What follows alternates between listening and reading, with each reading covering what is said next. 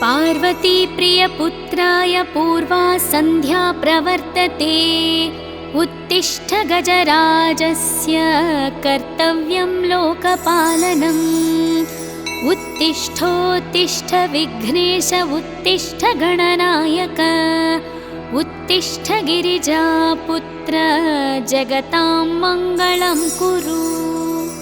श्रीकाणिपाकवरसिद्धिविनायकत्वं प्रीत्याद्य जागृहि कुरु प्रियमङ्गलानि। त्रैलोक्यरक्षणकराणि महोज्ज्वलानि। श्रीमद्विनायक विभो तव सुप्रभातम्। श्रीमद्विहारपुरवास शिवात्मजात कूपोद्भवाद्भुतविलास स्वयंभूमूर्ते। श्रीदेवशङ्खलिखिताश्रितपादपद्म श्रीमद्विनायक विभो तव सुप्रभातम्। श्रीनारिकेळवनशोभितपुष्टिगात्र क्षीराभिषिक्तशुभविग्रह तत्त्वमूर्ते। दिव्याङ्गमूषिकसुवाहनमोदरूप श्रीमद्विनायक विभो तव सुप्रभातम्। श्रीकाणिपाकवरभूतलवासतुष्ट हे आदिपूज्य अरुणारुणभानुतेज। प्राचीदिशाम्बरमिदं रविकान्तिनिष्ठं श्रीमद्विनायक विभो तव सुप्रभातम्। श्रीबाहुदा शुभतरङ्गसुबाहुदत्त सुस्निग्धशीतलकणानपि स्रङ्गुहित्य। प्राभातवायुरिह यास्यति सेवनाय श्रीमद्विनायक विभो तव सुप्रभातम्। गौरीकराम्बुजसुलालितदिव्यवक्त्र श्रीकण्ठमानसमुदाकरमोदरूप। कैलासशैलशिखरस्थितबालभानो श्रीमद्गणेश्वर विभो तव सुप्रभातम्। दुर्वाङ्कुराणि जलजानि सुपुष्पकाणि बिल्वानि पूजनविधौ च सुसज्जितानि। नित्यार्चनोत्सुकमदोत्कटवारणास्य श्रीमद्गणेश्वर विभो तव सुप्रभातम्। हृत्कूपमध्य समुपस्थितचित्स्वरूप कूटस्थतत्त्वमिदमेव हि बोधनेन। त्वामत्र भासि विदधासि समस्तशोभान् श्रीमद्गणेश्वर विभो तव सुप्रभातम्। श्रीमुद्गलाख्यमुनिसन्नुतसच्चरित्र वासिष्ठगृत्समदमुख्य ऋषिर्वरीड्य। वेदोक्तदेवगणमन्त्रगणादिनाथ श्रीमद्गणेश्वर विभो तव सुप्रभातम्। ऋग्वेदकीर्तितगणाधिपज्येष्ठराज त्वं ब्रह्मणस्पतिरिति प्रकटीकृतोऽसि। आथर्वशीर्षमनुमन्त्रितदिव्यमूर्ते श्रीमद्गणेश्वर विभो तव सुप्रभातम्। ब्रह्मादिदेव परिकीर्तितवेदपाठाः त्वत्शूर्पकर्णकुहरौ प्रविशन्ति देवाः। श्रुत्याधुनैव परिपालय धर्मसङ्घान् श्रीवल्लभेश भगवान् तव सुप्रभातम्। हेरम्बलम्ब जठराद्भुतदिव्यगात्र प्रारम्भपूजनमिदं दयया गृहीत्वा। सर्वाशुभानि परिनाशय सर्वपुत्र श्रीवल्लभेश भगवान् तव सुप्रभातम्। भानुदयेन न हि दृश्यति चन्द्रबिम्बम् त्वत्फालदेश शशिरेव विभाति नित्यम्। सत्यस्वरूप निगमागम सन्नुताङ्घ्रे श्रीवल्लभेश भगवान् तव सुप्रभातम्। कालाग्निरुद्रसुतकालनियामकत्वं कालानुकूलफलदोऽसि कलामयोऽसि कल्याणकारककलाधरशेखरोऽसि श्रीवल्लभेश भगवान् तव सुप्रभातम्। उग्रस्वरूप रिपुनाशक उग्रपुत्र सौम्योऽसि सोमविनुतोऽसि प्रशान्तरूप सर्वेश सर्वफलकारक सर्वमूर्ते श्रीवल्लभेश भगवान् तव सुप्रभातम्।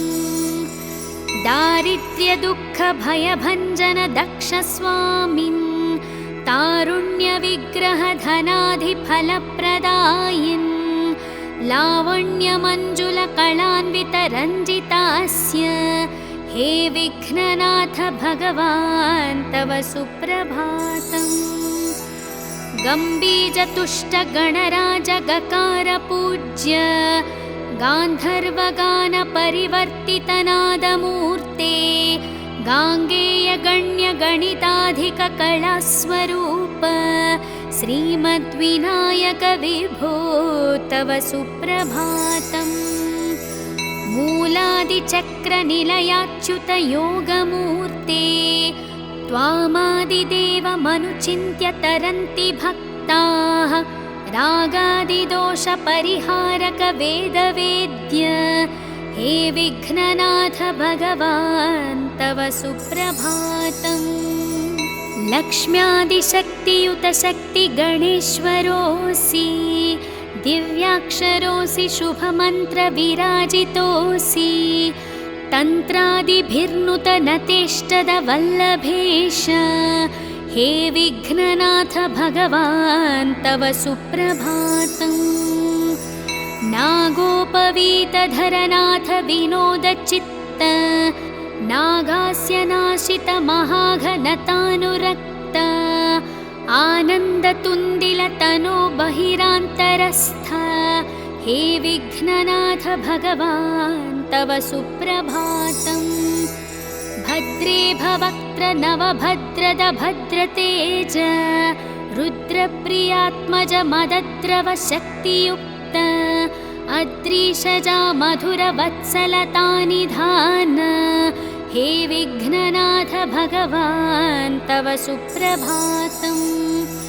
सर्वार्थसिद्धिफलदायक बुद्धिदायिन् विघ्नाद्रिवज्र परिपूज्य चतुर्थीकाले भद्रं पदं दिशसि भक्तगणार्थितोऽसि हे विघ्ननाथ भगवान् तव सुप्रभातम्। बालादिभव्य बहुरूपधरोऽसि देव चिन्तामणिस्त्वमसि सर्वफलप्रदोऽसि त्वन्नाम दिव्यमणिरस्ति जगद्धिताय हे विघ्ननाथ भगवान् तव सुप्रभातम्। हे काणिपाकगणराट् तव सुप्रभातम्। ये मानवान् प्रतिदिनं प्रपठन्ति भक्त्या तानेकविशन्ति कुलान् परिपालय त्वम् इत्थं वदन्ति विबुध करुणार्थचित्ताः। इति श्रीकाणिपाकगणपति सुप्रभातं सम्पूर्णम्।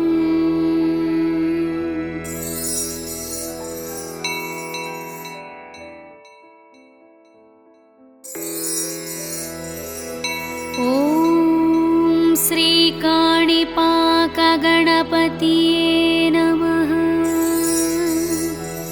पार्वतीप्रियपुत्राय पूर्वा सन्ध्या प्रवर्तते उत्तिष्ठ गजराजस्य कर्तव्यं लोकपालनम्। उत्तिष्ठोत्तिष्ठ विघ्नेश उत्तिष्ठ गणनायक उत्तिष्ठ गिरिजापुत्र जगतां मङ्गलं कुरु।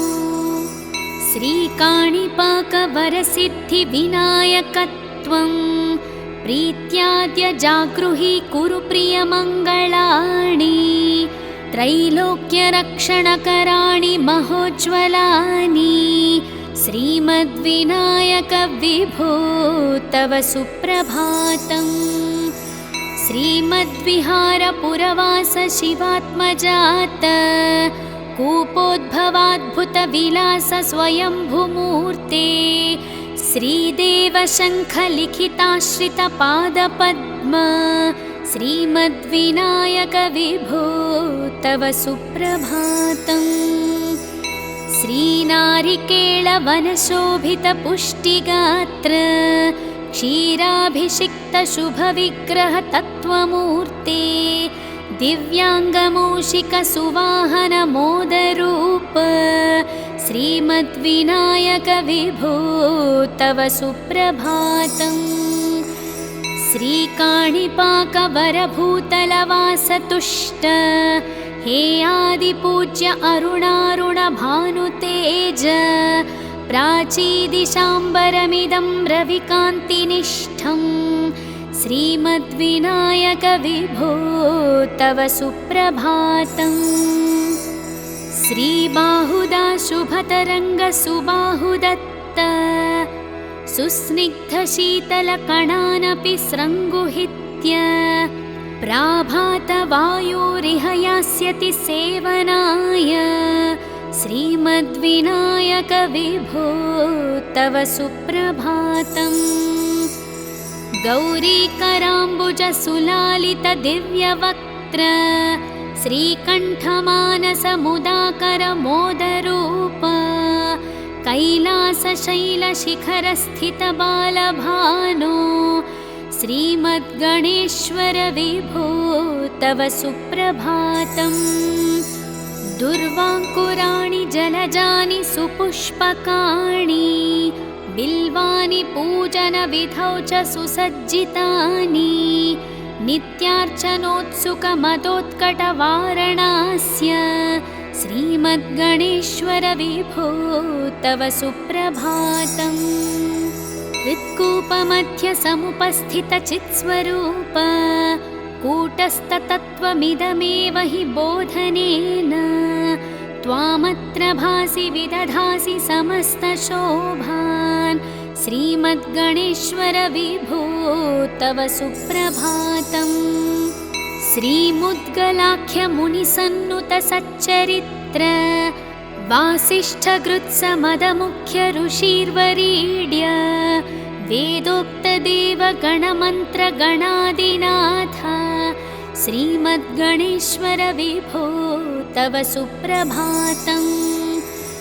ऋग्वेदकीर्तितगणाधिपज्येष्ठराज त्वं ब्रह्मणस्पतिरिति प्रकटीकृतोऽसि आथर्वशीर्षमनुमन्त्रितदिव्यमूर्ते श्रीमद्गणेश्वर विभो तव सुप्रभातम्।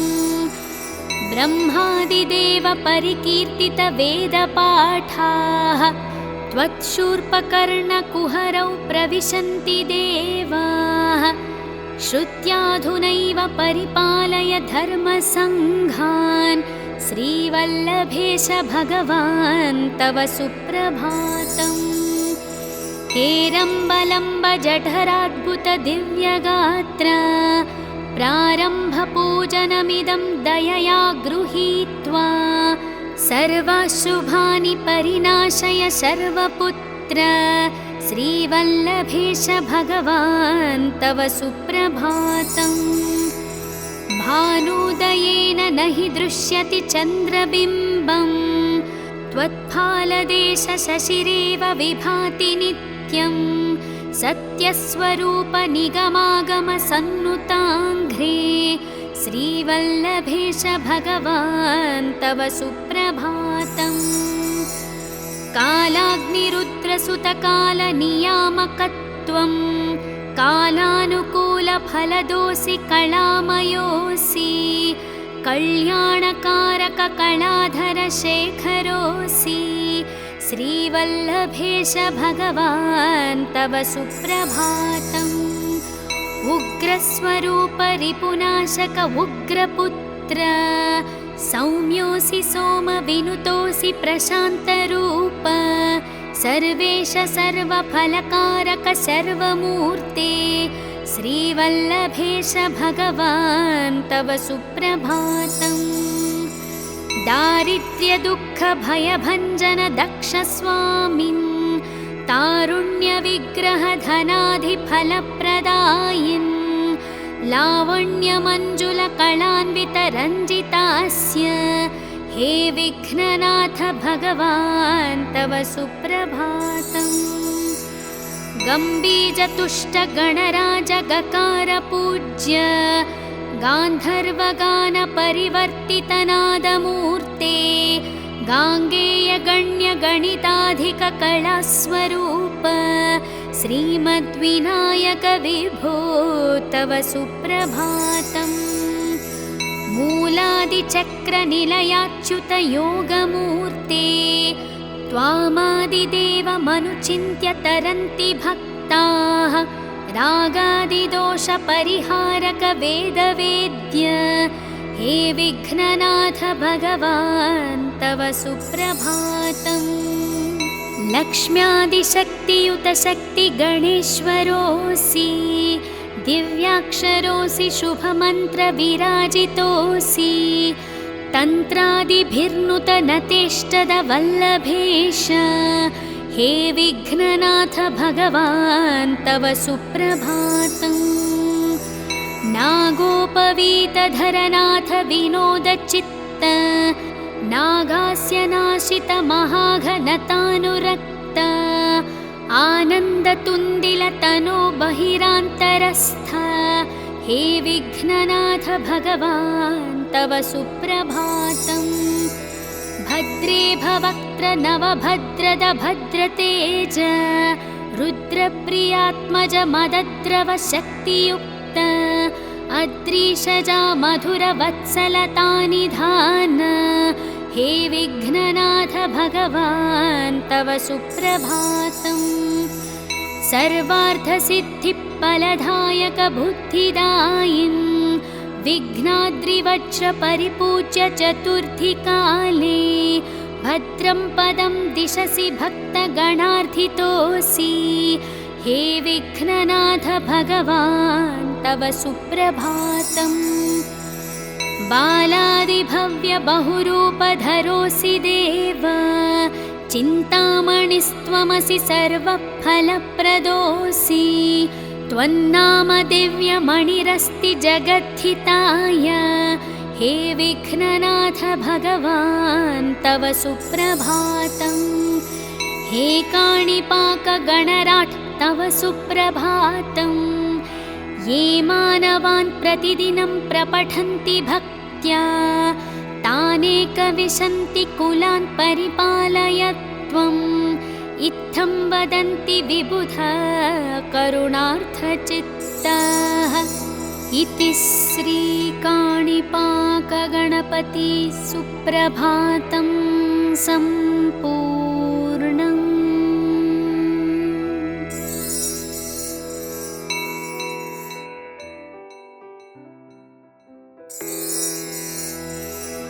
ॐ श्रीकाणिपाकगणपतये नमः। पार्वतीप्रियपुत्राय पूर्वा सन्ध्या प्रवर्तते उत्तिष्ठ गजराजस्य कर्तव्यं लोकपालनम्। उत्तिष्ठोत्तिष्ठ विघ्नेश उत्तिष्ठ गणनायक उत्तिष्ठ गिरिजापुत्र जगतां मङ्गलं कुरु।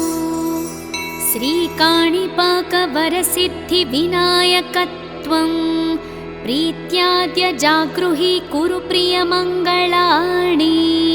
त्रैलोक्यरक्षणकराणि महोज्ज्वलानि श्रीमद्विनायक विभो तव सुप्रभातम्।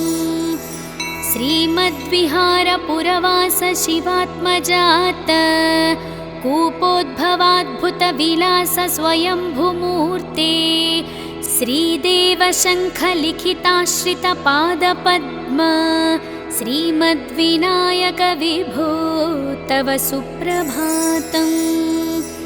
श्रीनारिकेळवनशोभितपुष्टिगात्र क्षीराभिषिक्तशुभविग्रहतत्त्वमूर्ते दिव्याङ्गमूषिकसुवाहनमोदरूप श्रीमद्विनायक विभो तव सुप्रभातम्। श्रीकाणिपाकवरभूतलवासतुष्ट हे आदिपूज्य अरुणारुणभानुतेज प्राचीदिशाम्बरमिदं रविकान्तिनिष्ठं श्रीमद्विनायक विभो तव सुप्रभातम्। श्रीबाहुदाशुभतरङ्गसुबाहुदत्त सुस्निग्धशीतलकणानपि स्रङ्गुहित्य प्राभातवायुरिह यास्यति सेवनाय श्रीमद्विनायक विभो तव सुप्रभातम्। गौरीकराम्बुजसुलालितदिव्यवक्त्र श्रीकण्ठमानसमुदाकरमोदरूप कैलासशैलशिखरस्थितबालभानो श्रीमद्गणेश्वर विभो तव सुप्रभातम्।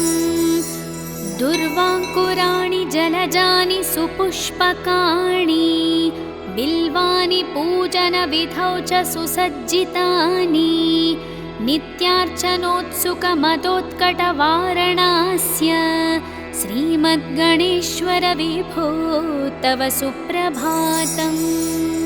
हृत्कूपमध्यसमुपस्थितचित्स्वरूप कूटस्थतत्त्वमिदमेव हि बोधनेन त्वामत्र भासि विदधासि समस्तशोभान् श्रीमद्गणेश्वर विभो तव सुप्रभातम्।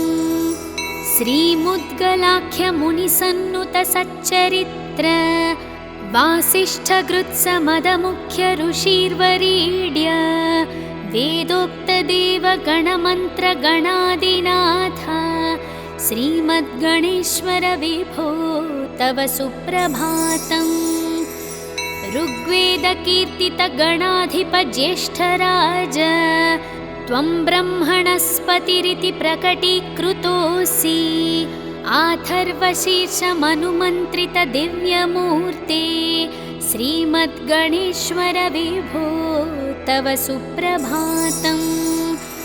ब्रह्मादिदेव परिकीर्तितवेदपाठाः त्वत्शूर्पकर्णकुहरौ प्रविशन्ति देवाः श्रुत्याधुनैव परिपालय धर्मसङ्घान् श्रीवल्लभेश भगवान् तव सुप्रभातम्।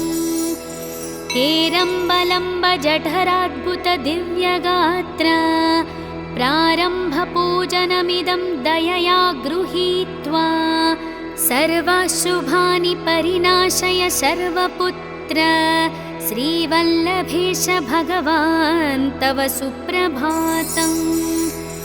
भानुदयेन न हि दृश्यति चन्द्रबिम्बं त्वत्फालदेशशशिरेव विभाति नित्यं सत्यस्वरूप निगमागमसन्नुताङ्घ्रे श्रीवल्लभेश भगवान् तव सुप्रभातम्। कालाग्निरुद्रसुतकालनियामकत्वं कालानुकूलफलदोऽसि कलामयोऽसि कल्याणकारककलाधरशेखरोऽसि श्रीवल्लभेश भगवान् तव सुप्रभातम्।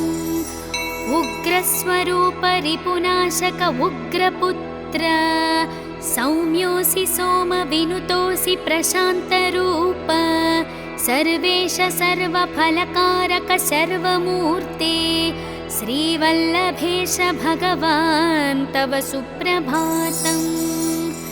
दारिद्र्यदुःखभयभञ्जन दक्षस्वामिन् तारुण्यविग्रहधनाधिफलप्रदायिन् लावण्यमञ्जुलकलान्वितरञ्जितास्य हे विघ्ननाथ भगवान् तव सुप्रभातम्।